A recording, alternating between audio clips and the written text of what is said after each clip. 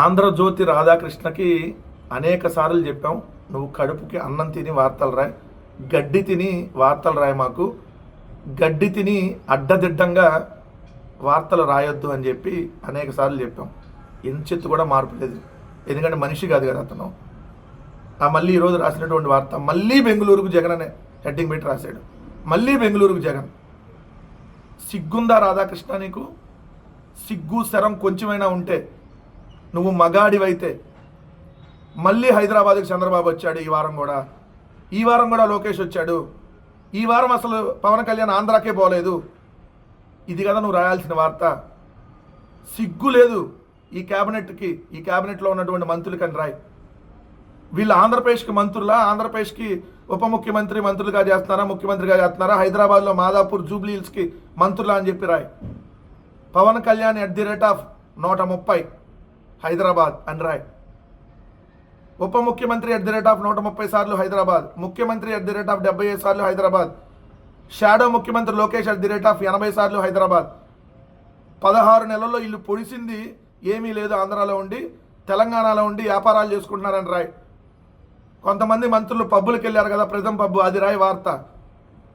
నువ్వే చెప్తావు కదా డార్లింగ్ మంత్రి సెటిల్మెంట్లని, ఎవరో డార్లింగ్ మంత్రి రాయి. సిగ్గు శరం ఉంటే నీకు కొంచెమన్నా రాయి. మళ్ళీ బెంగళూరుకు జగన్ అని హెడ్డింగ్ పెట్టావు. తుఫాను నేపథ్యంలో ఉచిత పంటల బీమా స్కీమ్ అమలు చేయకుండా రైతుల్ని ముఖ్యమంత్రి చంద్రబాబు ముంచేశారంట. ఆ సమావేశంలో ఆవేశపడ్డాడంట జగన్. సిగ్గు లేదు నీకు? మనిషివేనా నువ్వు అసలు రాధాకృష్ణ? రైతులకి ఉచిత పంటల బీమా కట్టకుండా ఈ ప్రభుత్వం రైతుల్ని నట్టేట ముంచితే జగన్మోహన్ రెడ్డి గారు ఆవేశపడ్డాడని రాస్తావు వార్త. ఈ ప్రభుత్వానికి సిగ్గు లేదు, వీళ్ళు కడుపుకు అన్నం తింటలేదని రాయాలి కదా నువ్వు. పంటల బీమా ఎందుకు కట్టలేదని రాయాలి కదా. నువ్వు నడిపేది జర్నలిజం అయితే, నువ్వు చేసేది బ్రోకరిజం, జర్నలిజం కాదు, రాజకీయ వ్యభిచారం నువ్వు చేసేది. నువ్వు నీ బ్రోకర్ రాతలు. శుక్రవారం వారాల అబ్బాయిలాగా బెంగళూరు ఎస్టేట్కి జగన్ వెళ్ళిపోయారంట. వారాల ముఖ్యమంత్రి, వారాల ఉప ముఖ్యమంత్రి, వారాల మంత్రులు, వారాల అబ్బాయిలాగా మంత్రులు హైదరాబాద్లో ఉంటున్నారు. హైదరాబాద్లో ఏం పని ఆంధ్రప్రదేశ్ ముఖ్యమంత్రికి? వారం హైదరాబాద్లో ఏం పని? జూబ్లీ హిల్స్లో వారంలో 3 రోజులు హైదరాబాద్లోనే ఉంటున్న ముఖ్యమంత్రి, వారంలో 3 రోజులు హైదరాబాద్లోనే ఉంటున్నటువంటి నారా లోకేష్, అనేక మంది మంత్రులు, వారంలో 6 రోజులు హైదరాబాద్లో ఉంటున్నటువంటి ఉప ముఖ్యమంత్రి, పొద్దున పూట ఫ్లైట్లో వెళ్ళి మళ్ళీ సాయంత్రం ఫ్లైట్కి స్పెషల్ ఫ్లైట్లో ప్రజాధనాన్ని వృధా చేస్తూ చక్కెరలు కొడుతున్నటువంటి ముఖ్యమంత్రి, ఉప ముఖ్యమంత్రి నారా లోకేష్. ఈ ముగ్గురు గురించి రాయి. నీకు సిగ్గుంటే కడుపుకు అన్నం తింటే ఈ ముందు ఈ వార్తలు రాయి. నిరంతరం జగన్మోహన్ రెడ్డి గారి మీద పడి ఏడుస్తానే ఉంటావు. జగన్ నామస్మరణ చేయకపోతే నీ బతుకు లేదు, నీ పేపర్ లేదు. నువ్వు బతికేందో ఒకసారి చూడు. కర్నూలు బస్సు ప్రమాదంపై దుష్ప్రచారం, 27 మందిపై కేసు, బెల్ట్ షాపులో మద్యం తాగడం వల్లనే ప్రమాదం అంటూ తప్పుడు పోస్టులు, ప్రజలను తప్పుదారి పట్టించి అశాంతి సృష్టించే దురుద్దేశంతోనే ఫిర్యాదు. ఈ 27 మందిలో నేను కూడా ఉన్నా. నా వార్త నేనే చదువుకోవాల్సిందనైతే అనుకోలేదు, కానీ తప్పట్లా. ఎందుకంటే అంత దారుణం. అసలు బస్సు ప్రమాదంలో 19 మంది చనిపోతే ఇప్పటి వరకు ఓనర్ని అరెస్ట్ చేయాలి. ఆ బస్సు ఓనర్ని అరెస్ట్ చేయాల. ఇద్దరు తప్పదాగి రోడ్డు ఎక్కి, ఒకడు చచ్చాడు, ఇంకోడు ఎర్రస్వామి అనేవాడు అంత జనాలందరినీ ఎరిపప్పలు చేస్తా పోలీసులు ఏ స్టోరీ చెప్పమంటే ఆ స్టోరీ చెప్తా ఉన్నాడు. ఇది బెల్ట్ షాప్ మద్యం అని చెప్పామని చెప్పి 27 మంది మీద కేసు. ఎవరెవరంటే సివి రెడ్డి అంటే ఎక్స్ డిజిటల్ కార్పొరేషన్ డైరెక్టర్గా పనిచేశారు వైఎస్ఆర్సీపీ గవర్నమెంట్లో. అట్లానే కందూరు గోపీకృష్ణ, ఆర్ఎస్ శ్యామల అంటే మా పార్టీ అధికార ప్రతినిధి, మీకు తెలుసు. YCP official page Naveen YSJ Vizag. Naveen అని చాలా యాక్టివ్గా ఉంటాడు ట్విట్టర్లో, ఇట్లో ఎప్పటి నుంచో జగన్ గారు వేరే అభిమాని.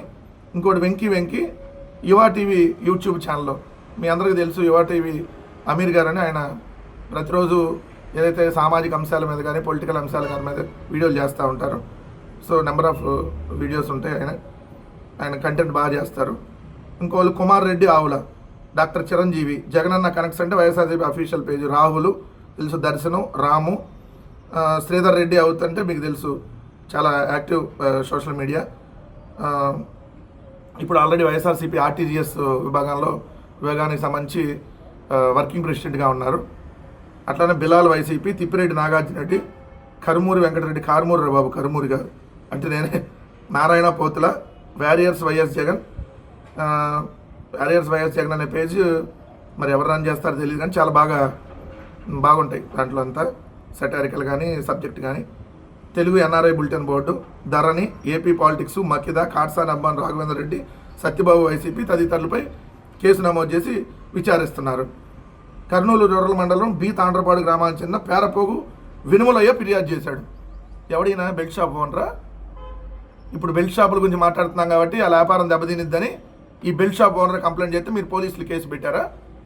100% బెల్ట్ షాపు మద్యం తాగి జనాలను చంపారు వాళ్ళు. మళ్ళీ మాట్లాడతాం. మీ కేసులకు మా ఇంటికి గేటు దగ్గర ఉన్న కుక్కలు కూడా భయపడవు కానీ ఒకటైతే స్పష్టంగా చెప్తున్నాం. రేణుకా ఎల్లమ్మ వైన్స్లో 2 క్వార్టర్ బాటిల్ తాగారు. 7 గంటలకు తీసుకున్నారు. 8 గంటల కథం 2 సుమో విస్కీలు. మళ్ళీ 8:25కి వచ్చారు. 1 క్వార్టర్ బాటిల్ తీసుకున్నారు. 9ంటికి కథం. తర్వాత ఎక్కడ తాగారో ఎంత తాగారో వాళ్ళకే తెలియదు. వాళ్ళు ఇక్కడ 3 బాటిల్ కొన్నారు, అఫీషియల్గా కనపడింది. వాళ్ళేమో ఎర్రస్వామి 4 బాటిల్ తాగామని చెప్పాడు. మరి ఆ 4 బాటిల్ ఎక్కడ? కనీసం 4 తాగారు అనుకుంటే ఏ బెల్ట్ షాప్ మధ్యం ఇప్పుడు ఈ కంప్లైంట్ ఇచ్చిన బెల్ట్ షాప్ ఓనర్ కంప్లైంట్ ఇస్తే తీసుకున్నారా మీరు? మీ కేసులకి ఇక్కడ ఎవడ భయపడ్డా కానీ దాన్ని ఏందో మేము లీగల్గా మేము చూస్తాం. పోలీసులకు మరోసారి చెబుతున్నాం, ఎవడైతే ఈ కేసులు పెట్టో ఇలా వేధించాలనుకుంటే ఇంతకంటే ఎక్కువ మాట్లాడతాం. 100% మొలకల చెరువు బ్రాండో, ఇబ్రహీంపట్నం బ్రాండో, ఈ నాటు బ్రాండ్లు ఆంధ్రప్రదేశ్ రాష్ట్రం మీద వదిలి ప్రజల ప్రాణాలను తీస్తూ ఉన్నారు. బెల్ట్ షాపులు విచ్చలవిడిగా ఉన్నాయి. 1,50,000 బెల్ట్ షాపులు దాదాపుగా రాష్ట్రంలో. ఏ గుడ్డిగాడికి పళ్ళు తవ్వుతుంది ప్రభుత్వం? ఏమైనా పోలీసులు మీకు తెలియకుండా జరిగిద్దా? మీకు తెలియకుండా బెల్ట్ షాపులు నడుస్తాయా? ఖచ్చితంగా మాట్లాడతాం. మీ కేసులకు ఇక్కడ ఎవడో కూడా భయపడ్డన్నటువంటి విషయం మరోసారి స్పష్టం చేస్తా ఉన్నాం. ఎవరికో పుట్టినటువంటి బిడ్డకి ఈ కూటమి ప్రభుత్వం తండ్రి అని చెప్పుకుంటుంది. కొన్ని విషయాల్లో డైరెక్ట్గా తండ్రి అని చెప్పుకోలేక వాళ్ళకి పేరు మార్చి ఇదిగో ఇతను నా కొడుకే, నేనే వీళ్ళకి తండ్రి అని చెప్పుకుంటూ ఉంటారు. పచ్చిగా మాట్లాడాలంటే అదే. సిగ్గుండాలి కొంచెమైనా.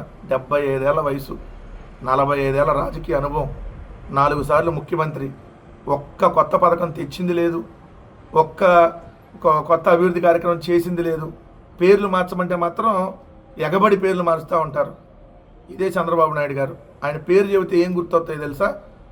దగ, మోసం, కుట్రలు, కుతంత్రాలు, అన్యాయాలు, అరాచకాలు, హత్యలు, దోపిడీలు, వెన్నుపోట్లు.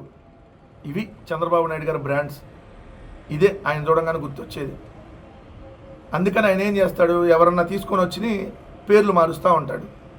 ఇప్పుడు మీరు చూస్తే హైటెక్ సిటీ, ఇది హైటెక్ సిటీ కాదు, రాజీవ్ గాంధీ సాఫ్ట్వేర్ పార్క్. దానికి హైటెక్ సిటీ అని పేరు మార్చేశాడు. నేదురుమల్లి జనార్దన్ రెడ్డి గారు తీసుకుని వచ్చిన రాజీవ్ గాంధీ సాఫ్ట్వేర్ పార్క్ని హైటెక్ సిటీ అని పేరు మార్చి ఈయన కట్టేసినట్టు బిల్డప్లు. తర్వాత ఆరోగ్యశ్రీ, రాజశేఖర రెడ్డి గారు ఆరోగ్యశ్రీ తెలుసు కదా, వైఎస్ఆర్ ఆరోగ్యశ్రీ, దాన్ని ఎన్టీఆర్ వైద్య సేవ అని పేరు మార్చాడు. జగన్ గారు తీసుకొని వచ్చినటువంటి అమ్మఒడి, జగనన్న అమ్మఒడి, తల్లికి వందనం అని పేరు మార్చాడు. జగన్ గారు తీసుకొని వచ్చిన వైఎస్ఆర్ రైతు భరోసా, అన్నదాత సుఖీభవ అని పేరు మార్చాడు. జగన్మోహన్ రెడ్డి గారు తీసుకొని వచ్చినటువంటి Adani data centre, Google data centre అని పేరు మార్చి అందరికీ ప్రచారం చేస్తున్నాడు. జగన్మోహన్ రెడ్డి గారు తీసుకొని వచ్చినటువంటి గ్రామ వార్డు సచివాలయ వ్యవస్థని ఇప్పుడు పేర్లు మార్చబోతా ఉన్నాడు. దాని పేరు స్వర్ణాంధ్ర సెంటర్ అని పేరు మార్చిపోతా ఉన్నాడు. దానికి సంబంధించిన పేపర్లో ఇవాళ చూడండి. గ్రామ వార్డు సచివాలయాల్ని స్వర్ణాంధ్ర కేంద్రాలుగా మార్చాలని ప్రతిపాదన. సచివాలయాల్ని స్వర్ణాంధ్ర కేంద్రాలుగా మార్చబోతున్నాడు.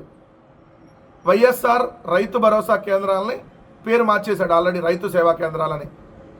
ఇట్లా చంద్రబాబు నాయుడు గారికి ఈ పేర్లు మార్చి తన క్రెడిట్లోకి వేసుకోవడం అలవాటు, లేదంటే హోల్సేల్గా అమ్మేయటం అలవాటు. సిగ్గుండాలి చెప్పుకోవడానికి ఇప్పటికైనా.